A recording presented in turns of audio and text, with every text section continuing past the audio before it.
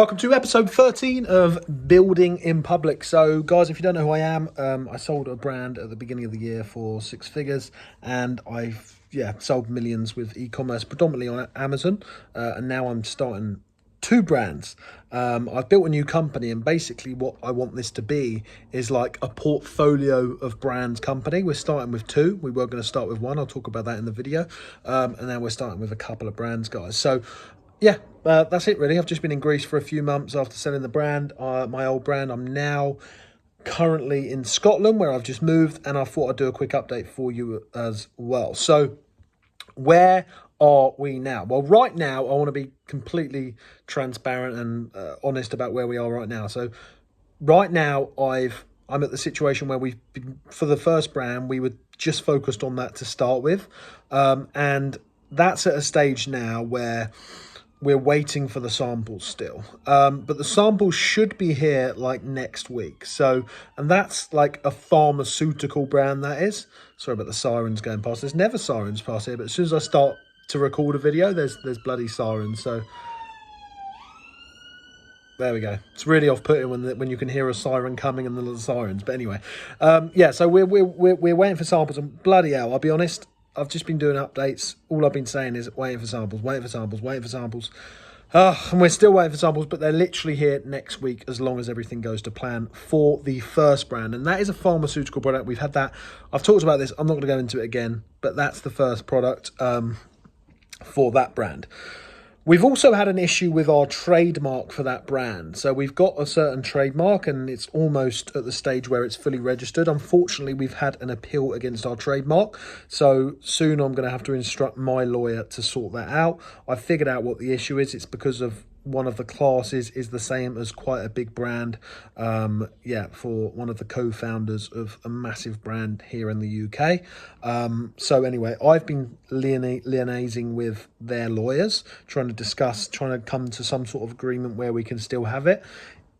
And I'm hoping that we can resolve this, and then I can instruct my lawyer to just remove one of the classes for that trademark. So that's where we're at with that, guys. As soon as we get the samples for that product, we can then go ahead and finalize all the labeling, and the labeling is going to be very important because we've got to make sure that we've got all the correct requirements and data on that label so that it's not only compliant but Amazon compliant, because those that have sold, especially this is going to be an aerosol product, those that have sold products on Amazon, especially dangerous goods products, especially we're going to be shipping them all over Europe, Germany as well.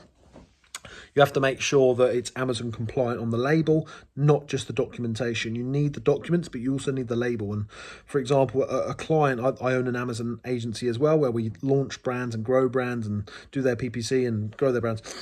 One of my clients has actually had one of their best-selling products that was doing like £4,000 a day. That was removed a few weeks ago, and my agency's still trying to get that back for this person because they didn't have certain information on their label. So top tip there, if you're launching a product, make sure that you've got everything on the label that Amazon needs.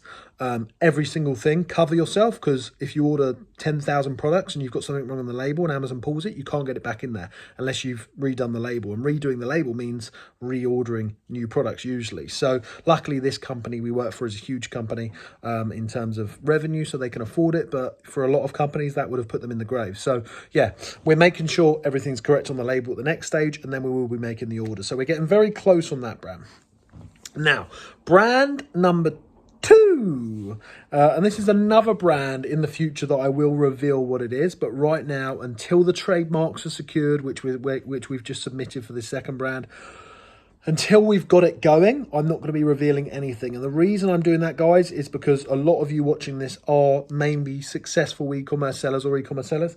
I'm not saying anyone would copy, but there will be people that try and copy, and we've got to hit it hard. We've got to be the first. We've got to be the first to do it in a way that we're doing it, and we've got to disrupt, push it up, and then I will reveal these brands, guys. I'm not going to be revealing them until we've built some momentum, because otherwise that would just be silly, because competition might come in and take up our idea. So yeah, we get them launched and then I'll reveal them on here. But yeah, the second brand is very much easier to launch. So we've got the samples coming on Wednesday for that brand.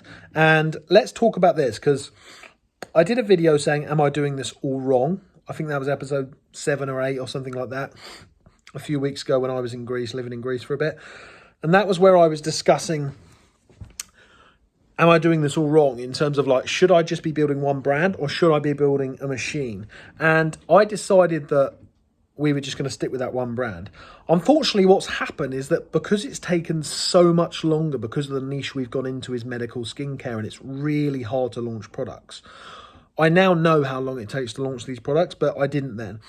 And I said to myself, look, me and my business partner and my business advisor, which I've got in this, who's, you know, we were chatting about stuff, and I sort of came to the conclusion myself with my business partner that we can't sacrifice the rest of the year waiting for this brand, this one product, because the rate that it was going, we've actually had news come in since that it should be soon, but at the rate that we were going, you know, we couldn't risk wasting the rest of the year. I mean, it wouldn't be a waste because we're building foundations, but for no progress, and then like just launch one product at the end of the year, or two products.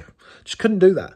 I don't want to miss out on this TikTok opportunity. And I don't just mean TikTokers and getting sales from TikTok, but I mean like the awareness that you can have launching a brand on TikTok right now, I'm well aware is not going to last forever, and that you can build brand awareness that can spread over to your other sites and Amazon and Shopify and everything like that. And just every month that goes by, you're losing them potential months that you could be pushing brands on that are not going to last forever, and that gap is getting smaller and smaller and smaller, maybe a tiny bit every month, but it's still getting smaller because it's getting more saturated and more brands are coming onto the platform, and I did not want to miss out on that. So I said to myself, right, we're going to have to do it. And we bit the bullet and we said, right, the end goal is to build a portfolio company, a portfolio of e-commerce companies like Hormozy's got with acquisition.com. We want to do that with brands, and we will be bringing on investors. We will be bringing people on to help this, but that's the end vision. So because we've had issues of not being able to move as fast as we need to move, not getting impatient, but I've got the macro patience, but I've got micro impatience. And that's required, I believe, in entrepreneurship, especially when you're in a niche that is not going to last forever in terms of, sorry, not a niche. You're using an opportunity to gain more awareness to your brands that's not going to last forever. And that's utilizing the TikTok platform right now. I said, right, we had to pull the bullet. We had to pull the trigger and say, right, we've got to launch another brand, a brand that is not going to take 6 to 8 months to launch one bloody product because it's a pharmaceutical brand that we're manufacturing and creating our own brand for, formulating our own, unique ingredients for and everything like that in the labs. It just takes bloody forever, and it's driving us crazy. We want that, and we're going to stick with that long term. But in the meantime, we said, right, let's launch a brand that we want, another brand for the portfolio sooner rather than later, because there's two of us in the business. Once they both get going, I can manage one of the brands and my business partner can manage the other before we bring in staff and everything like that. So it is feasible. Now, this is not the route, as I say, we're originally going to go down. We were going to focus on one brand at a time, and obviously that's ideal. But with this big opportunity, you don't have to be so different. You just have to be available in the market. And we said, right, screw it, let's do it. The worst case scenario is that we take this experience and plug it into the original brand idea anyway. And we take that experience of launching on TikTok and everything like that, which we haven't done before. Obviously, Amazon's mastered because I've got my agency and I've been doing that for many years, and we get amazing results for clients. And obviously, I've sold millions on the platform. But TikTok's something that we haven't done before. So worst case scenario is that we just get that experience before we launch the main brand. Best case scenario is that we both manage one of the brands. They're both worth a lot of money. We sell one of them for a nice lump in the next couple of years, and then we full focus on just one, or we just end up building loads of brands. Whatever. It's still within the vision, and we're going after it. So we're launching brand number 2 now, and that is actually going to be launched, I think, within 4 to 5 weeks. So we started doing the research. We reached out to manufacturers. We found a phenomenal supplier, that's going to have 4 of our first products already straight off the bat. And I'm thinking about launching, we're going to launch one at a time, but as soon as it's become successful, we'll launch 2 other products, 3 other products, whatever. or maybe one at a time, just so we can fully focus our resources on that, and to make sure that they all get a good launch. Obviously, sometimes if you launch 4 at once, you can dilute the success of all of them. That's what I found. So yeah, found an amazing manufacturer. We've confirmed prices for like minimum orders right down from 200-300 all the way up to 600, different price bracket, 1,000, different price bracket of 2,000. We've secured all that, so we know it's great. It's a very much trending niche that we're going into, and this is a grocery product, so it's very much trending niche, but it's also so I find it, we're going to be riding 2 trends. There's the trend with the grocery item that we're using, which will be around forever, I believe, and it has been around for great, but it's just going crazy at the moment. So that's great. So a product that's not only going crazy at the moment, but still got the long-term potential, perfect. Not just a fad like fidget spinners, but something that's going crazy and still got potential. And then obviously TikTok, mixing it in with TikTok, so the trend of TikTok. So basically, I feel like with this product, we're riding 2 opportunities, not just the TikTok one, the machine that we're going to use to spread the awareness of the brands, but the actual grocery item we're launching is also going viral at the moment as well, and gaining popularity, and I believe it still will over the next 5 years. So I'm really excited, and you can probably tell by how fast I'm talking how excited I am. I'm so excited to be launching the second brand now. As I say, sooner rather than later, but whatever. We've got the time to do it. Thought to ourselves, look, we fought very long and hard about this and kept putting it off to focus on the first brand, but there's only so long you can wait. I don't believe this will deject or take away from the first brand we're building, because there's 2 of us, and we're actually going to, as I say, build like a group of brands in this company, and we're going to plug in the same resources into all of them, create one system for them both to be plugged into. So I don't believe it will take away from it. I may be wrong on that. That's a lesson that I'll have to learn. If it does take away from us growing one of them really big, then we're strapped the whole idea of the group companies, and we will just focus on the 2.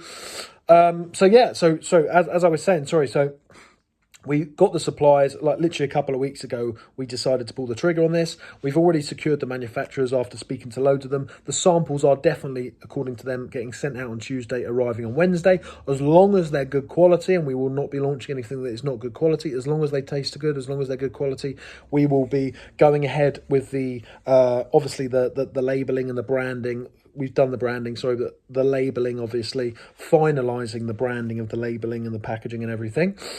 And then I hope to get our first order in within 2 to 3 weeks. And then finally, we can get going. It feels like it's been such a long grind, this process. And anyone that wants to build a brand, you're going to have to go through this as well. It feels like it's been such a long, tedious process. But I'm also so grateful for this, because I feel like it's something that I've never done before. And most people never get to this stage here where we're about to launch, because it's bloody hard. Like, it's really hard to stick with it, to have the confidence. I say this to my girlfriend. It's so hard to stick with something when you're seeing no momentum. There's so many reasons you should not do it. You start to doubt yourself. Like, if you haven't got the confidence to do it, you haven't done it before, perhaps. I'm fortunate enough to have put the work in to build my own brand before, not a proper private label one, but, a brand that I sold and obviously made great money from. So I've got a lot of experience, especially as I still own the Amazon agency and everything. I see brands that are successful. I sort of have proved it to myself. Confidence comes when you do stuff, whether that's doing it for an agency for other people or doing that yourself. And that's exactly what you need to do if you're starting out, I believe. Just, get it done yourself, even if it's on a smaller scale, you're doing like bundles or something. Get it going, and then you prove that confidence to yourself. You go, oh, maybe I can do this. Maybe I could do a proper. So you start off with a bundle of 2-pack toothpaste, and then you start out add like a floss pack to it, and then you start doing branded bundles, and then you start doing private label, and then you start doing a proper brand and a private label, and then you start doing multiple platforms, then multiple countries. Like, it's kind of like proving this confidence to yourself, and I feel like that's what I've been doing. And now we're at a stage where I've got to believe in myself, and I do. I've got massive confidence in this space. I believe that these brands any one of them could absolutely take off. And actually, the brands that I'm seeing right now, the big ones, the Nutrition Geeks, the Free Souls, the big brands that are on the platforms right now, I believe that they Most of them are just founders, and quite frankly, they're founders that have got a lot less experience than what I've got in e-commerce now. When they started out and they just figured out how to do it, they were brave and they invested. They got investment in, or they didn't get investment in, and they just went for it. So, yeah, and I believe that anyone watching this can do this opportunity. Maybe not anyone, but if if you think you can, then maybe you can, and you need to just start out getting some experience and then going all in. Yeah, so we're excited. That's kind of an update from me, guys. Right now I'm focusing on building, obviously, my agency, and that's kind of like my income machine at the moment. I do a bit of media.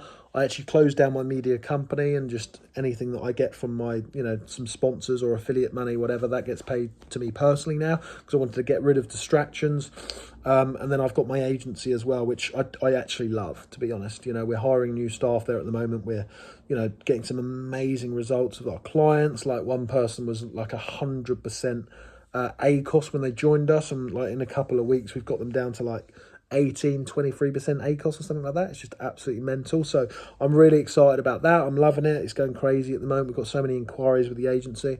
So whilst I'm doing that, I'm building these brands, and these brands, as I say, I've got very, very high hopes for them. Very high hopes, because I feel like we've done everything right and we're being patient and we're doing it. And the hardest thing is to be patient when you can't see anything back. Because remember, compound is invisible and it happens very slowly. And the thing you need is that confidence to believe that it's going to work out and that it's going to come to something. And it's much easier, I'm going to be completely honest, it's much easier to have that confidence and believe in something. A, when you've done it before, a similar thing. And B, when you're working with great people. And I believe that's one of the main things that I've never done before. I've never worked with great people on an e-commerce project, combined with my own experience and my confidence on an opportunity that's, amazing, which is obviously TikTok, pushing it to other platforms as well. And obviously the opportunities we're going after are spaces I've discovered because of my experience in the space, where I can see massive gaps in the market. But yeah, working with amazing people is like a massive hack I've found to just motivate yourself to that net, to stick with it, and obviously be there for your team and do stuff together and just motivate each other. Even when it's shit, just say that it's shit, and then they can share their feelings with you and stuff like that. So yeah, I see a big thing for this. I'm really excited for it, and yeah, let me know in the comments how everyone's doing and what you're going after, and I look forward to updating you soon. I've just been, haven't been on YouTube as much. I've been really busy just fucking focusing now. I never swear, but yeah, I'm so focused now. I can't just explain how focused I am on just brand, agency, brands, agency, brands, agency. That's all I'm doing. See you soon.